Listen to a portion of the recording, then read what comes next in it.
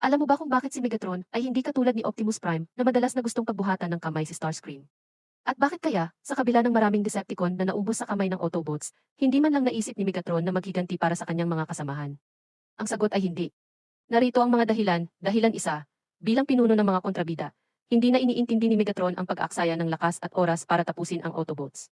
Ang tanging layunin niya ay muling buuin ang Cybertron. Kung sobra siyang magpapokus sa pakikidigma laban sa Autobots, baka mapabayaan niya ang mas mahalaga niyang misyon. Ipinapakita nito na ang pagmamahal ni Megatron sa kanyang bayan ay wagas at hindi matatawaran.